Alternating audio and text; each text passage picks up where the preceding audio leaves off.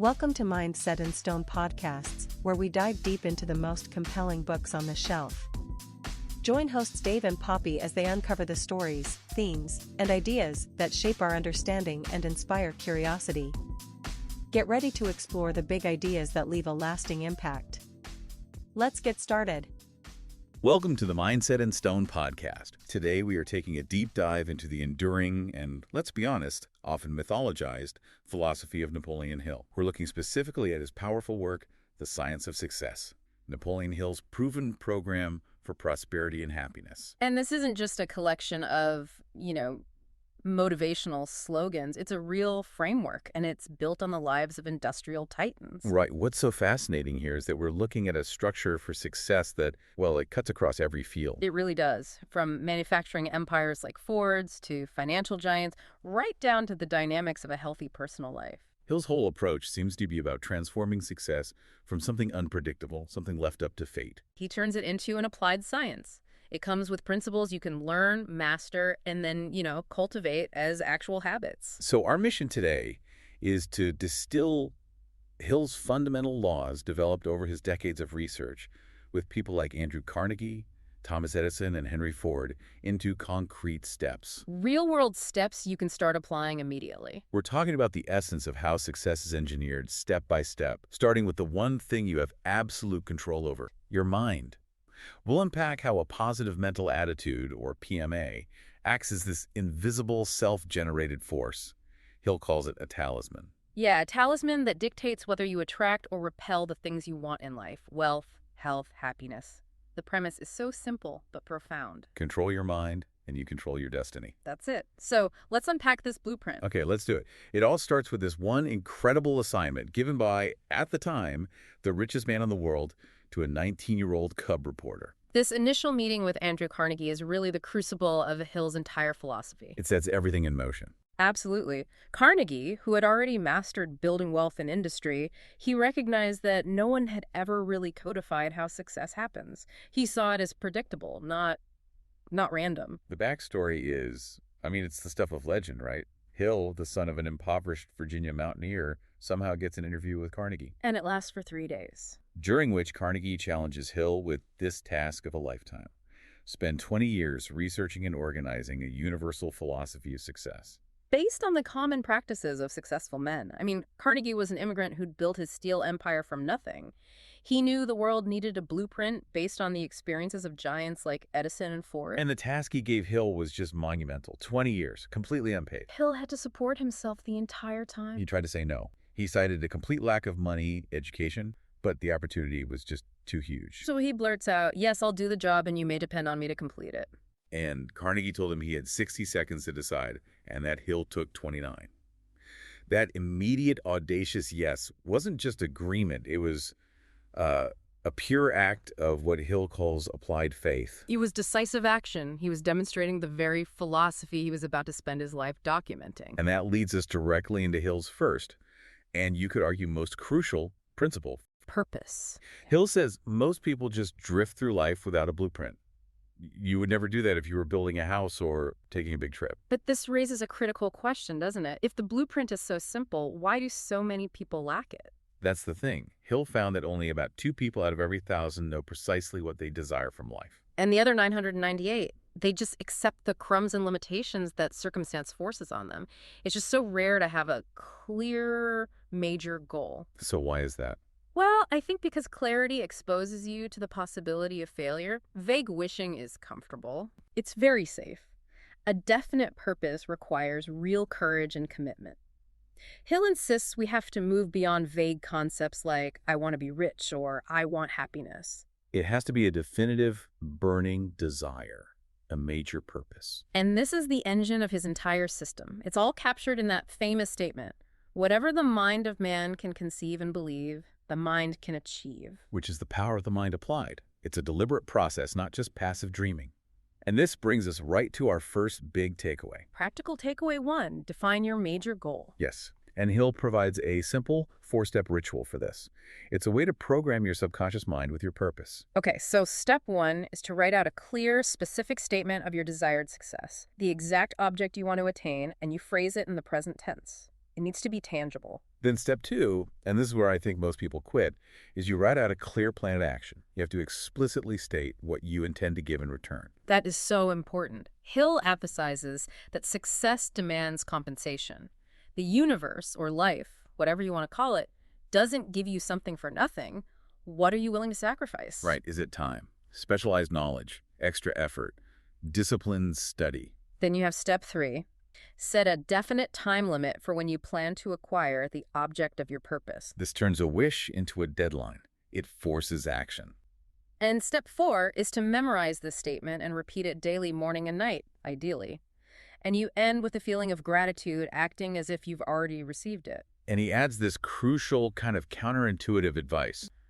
Keep this procedure to yourself. Because the negative energy from skeptics and unbelievers it can dilute the powerful belief you're trying to plant in your subconscious. You have to nurture that belief privately until it's strong enough to manifest publicly. And once that purpose is set, the second potential foundation is maintaining the energy to pursue it. Which is where the concept of the invisible talisman comes in. Right. Hill and W. Clement Stone described it as carrying the initials PMA for positive mental attitude on one side, And NMA, negative mental attitude, on the other. and this talisman is essentially your mental state, which you choose every single morning. PMA is that collection of plus characteristics: faith, integrity, hope, optimism. Courage, initiative, good common sense. These are the tools that allow you to recognize and seize opportunities. And NMA, the negative mental attitude, is its counterpart. Hill defines it so powerfully as fear in reverse gear. It's the collection of destructive traits: procrastination, intolerance, envy, suspicion, and those 6 basic fears: poverty, criticism, ill health, loss of love, old age, and death. And Hill observed that the majority of people go through life with their mind power directed by those fears. But the key insight, the real takeaway here, is realizing that the most important person in your life is you. And only you control which side of that invisible talisman is turned up. The PMA switch doesn't flip by magic. It flips through deliberate autosuggestion, constantly feeding your mind the purpose and belief from your daily creed. And it's that commitment to maintaining PMA that allows you to turn adversity into an advantage. We see this perfectly with the story of Clem Labine, the star pitcher, famous for his jug-handled curve. Oh, this is a great story. So Labine developed that signature pitch because of a terrible accident. As a boy, he broke his index finger, and it healed with a permanent crooked bend. He believed this deformity meant the death of his baseball career. That was the NMA reaction. But his coach reframed the situation. He invoked that core principle we'll get into later. Every adversity brings with it the seed of an equivalent benefit. Labine took that advice, applied his PMA, and through disciplined practice, he discovered that the crooked finger gave the ball this unique twist and spin. That adversity, that initial disaster, it became an unbeatable weapon. He turned up the PMA side of his talisman, transforming a physical limitation into a competitive advantage no one else could replicate. That is Hill's philosophy in action. Okay, so moving into the action blueprint. Hill's philosophy is built on a huge set of success principles. We can't cover all 17, but let's highlight the really powerful ones. The mechanisms of leverage. Let's start with the Mastermind Alliance. This isn't just networking or cooperation. It's a formal, conscious coordination of knowledge and effort in a spirit of perfect harmony. Between 2 or more people for a definite purpose. Right. And the power of a harmoniously coordinated group, Hill insists, creates this third invisible force, a mental energy that's virtually unbeatable. The harmony part is crucial. Why? Because emotional friction drains mental energy. It just dissipates the collective effort. The alliance is there to leverage specialized knowledge. Carnegie used this principle flawlessly. He openly admitted he knew nothing about the technicalities of steel production or metallurgy or finance. But he surrounded himself with people who mastered those fields. His personal duty within the mastermind was just maintaining the harmony. He made his associates wealthy and kept them engaged, using their specialized knowledge as if it were his own. It's about consciously building an intellectual reservoir. You can see it with Henry Ford, too. His mastermind alliance wasn't just industrial, it was intensely personal. When he was struggling early on, trying to build his first car, the local foundryman refused him credit. Ford was stuck. It was his wife, Clara, who persuaded him to use their joint savings account to pay the initial $30 for parts. That harmonious domestic alliance gave birth to the entire Ford company. The principle shows you don't need to possess all the knowledge yourself. But you must align yourself with those who do, And you have to maintain that perfect harmony to access that collective genius. So how do you attract that kind of high-caliber talent? Or justify your place in an alliance like that? By practicing the next principle, going the extra mile. Doing more and better service than you're expected to deliver. And crucially, doing it in a positive mental attitude. Hill elevates this from just simple hard work to a strategic law, a law of economics and reciprocity. He calls it the golden rule, streamlined and applied. He warns that the world is becoming spiritually bankrupt because most people try to get something for nothing, or they just focus on the bare minimum. Going the extra mile is the only pathway to self-determination economically.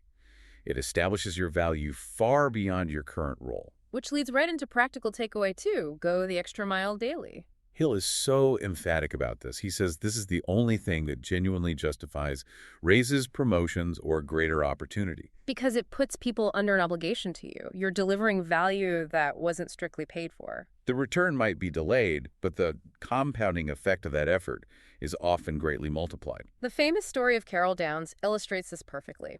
Downs was a young bank teller who went to work for William C. Durant, the founder of General Motors. On its first day, when the quitting bell rang, every single employee, even those with higher pay, just rushed out the door. But Downs stayed. Durant was testing him.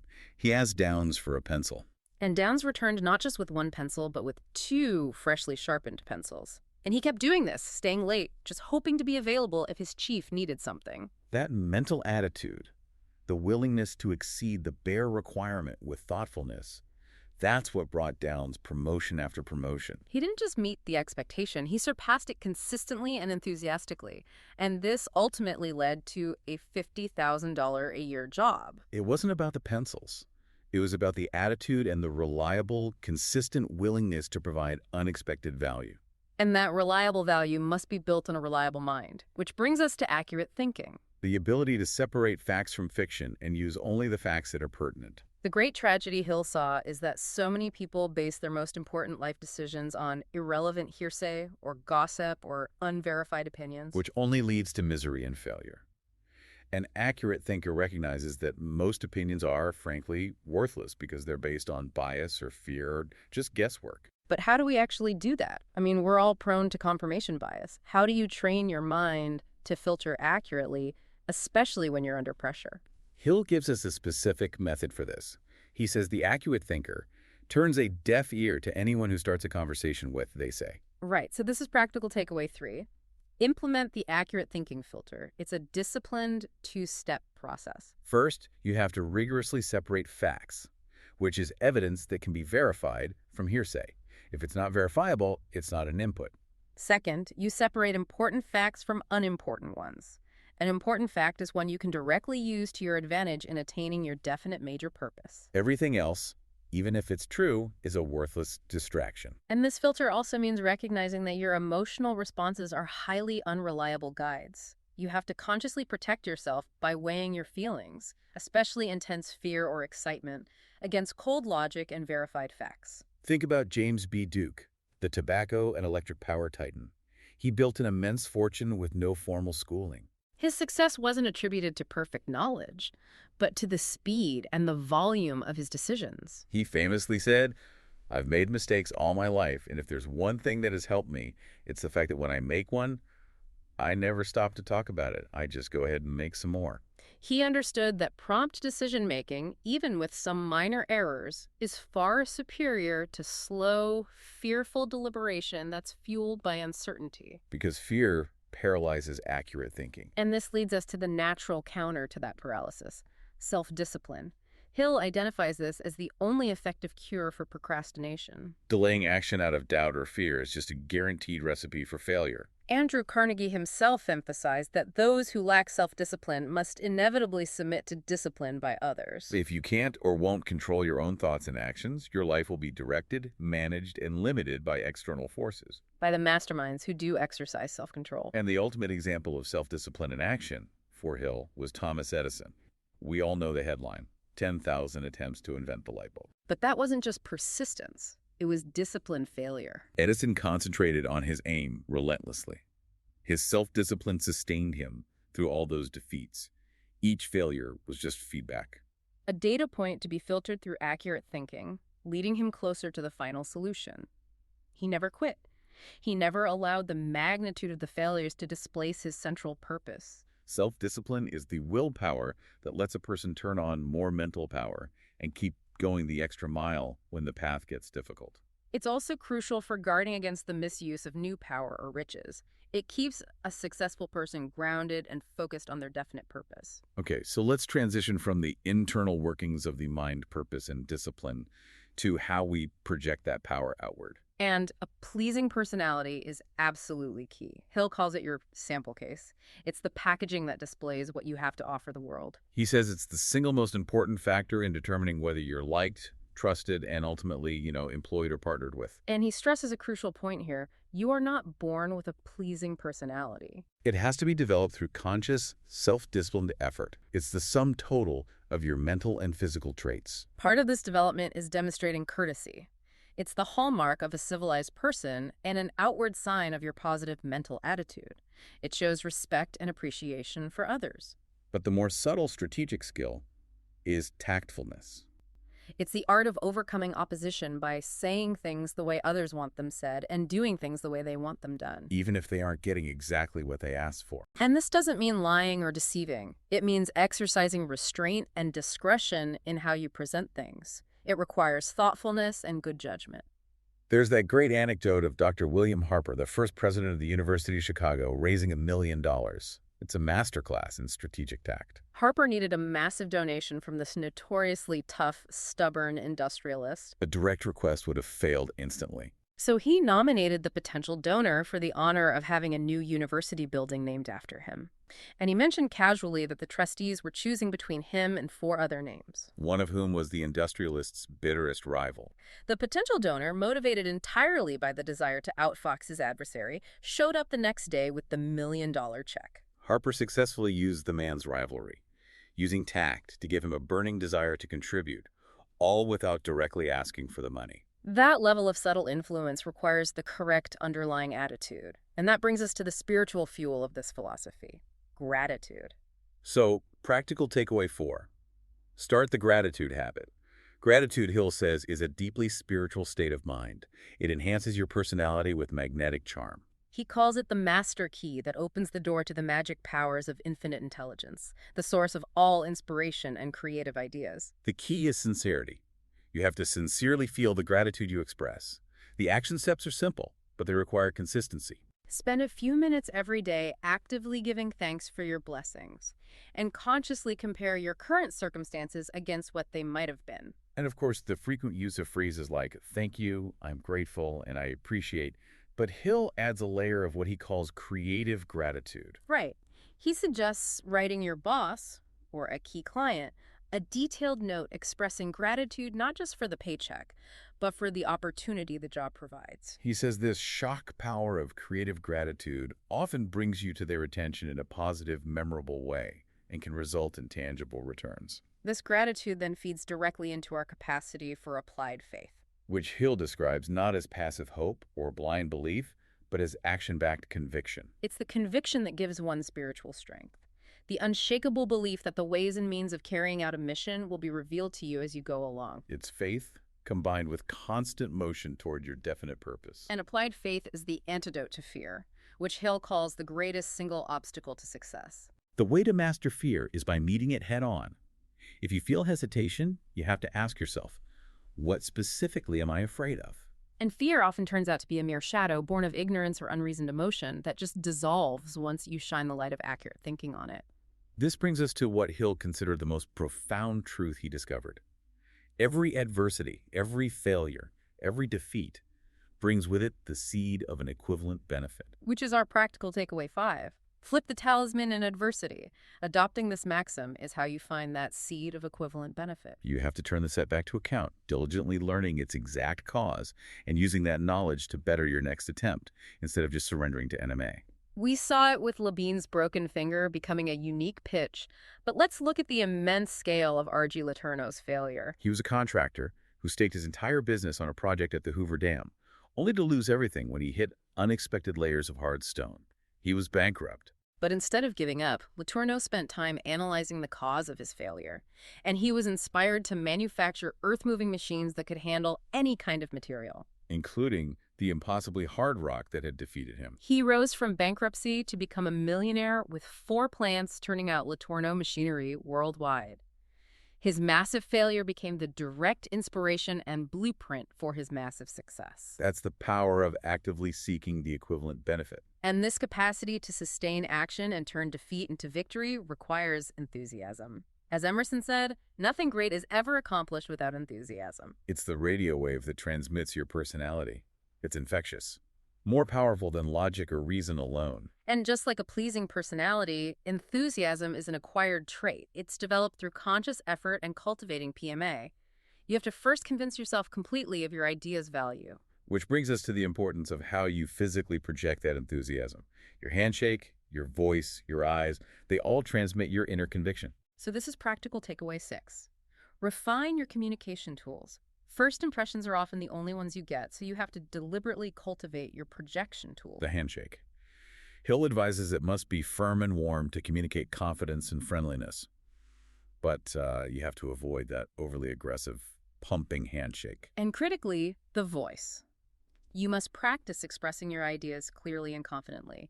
Hill suggests recording your voice and getting critical feedback. The proximity of your ears to your own vocal organs distorts the sound you hear. You don't know how you truly sound to others. Sam Jones, the famed evangelist, found the secret to swaying audiences wasn't just what he said, but the way he said it, with sincere, confident enthusiasm. Finally, Hill brings all these principles together into a framework for continuous personal development, the daily creed. This is what literally soaks positive traits and belief into your subconscious mind, forging the applied faith you need for success. It's what Edwin C. Barnes did to become Thomas Edison's partner.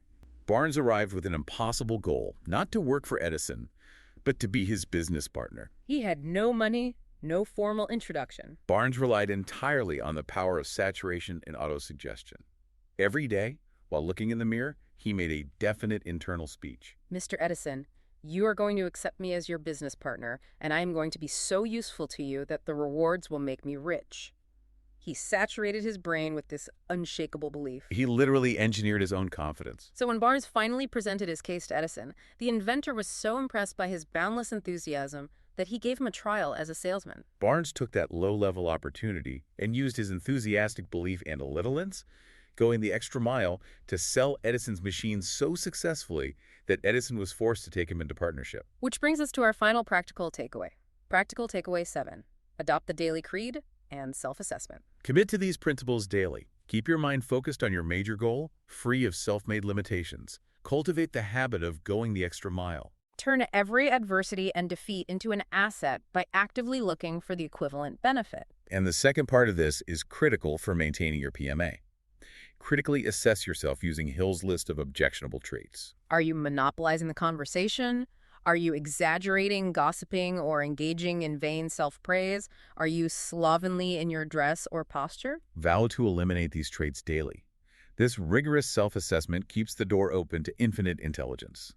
It's the maintenance plan for your invisible talisman.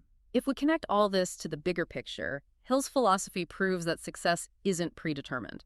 It's not about being the smartest or the wealthiest at the start. Right, it's a science, demonstrated by his own impoverished childhood and the humble origins of the giants he studied. Success is about controlling the one asset you have absolute privilege over: your mind and your mental attitude. The system Hill developed, definiteness of purpose, the mastermind alliance, going the extra mile, applied faith, and that unwavering commitment to PMA. It shows that success is predictable. It's available to anyone willing to apply these principles consistently and enthusiastically. It's a universal formula for achievement, just as there's a universal formula for failure. And the choice of which formula to apply is always yours alone. So what does this all mean for you? You have been given the blueprint, drawn up by the masters of industry. Now you have to perform the script in your own life. Remember Hill's core assertion. Your success is unlimited except by your own ambition and the definiteness of your desires. And don't let anyone discourage you by suggesting that opportunities are a thing of the past. The rapid pace of the world creates thousands of new needs, and thus opportunities that didn't even exist 50 years ago. Your goal is to meet one of them with enthusiasm and definite purpose. So we have a listener challenge for you. Take practical takeaway 1 right now. Write down your definite major purpose today. Include specifically what effort or specialized service you intend to give in return, and set a firm time limit. Then, choose one of the 7 practical habits we discussed, whether it's practicing creative gratitude or critically assessing your voice, and commit to practicing it for the next 7 days. Actively look for the compensating benefit that inevitably follows when you put in that disciplined effort. We'll leave you with a final provocative thought from Napoleon Hill. If you truly believe you have the power to advance, if you are certain you can command a better future through the application of your mind, you will never surrender your birthright of freedom and opportunity to fear or self-imposed limitations. Then go out there, choose your blueprint, and turn up the PMA side of your invisible talisman. We hope you're leaving with fresh insights and a spark of inspiration. Remember to subscribe, leave a review, and check back for more episodes as we dive into new worlds of thought, one book at a time. Until then, keep your mind set in stone and your curiosity open. This has been a Big L Riz Media podcast, where big ideas meet lasting impressions.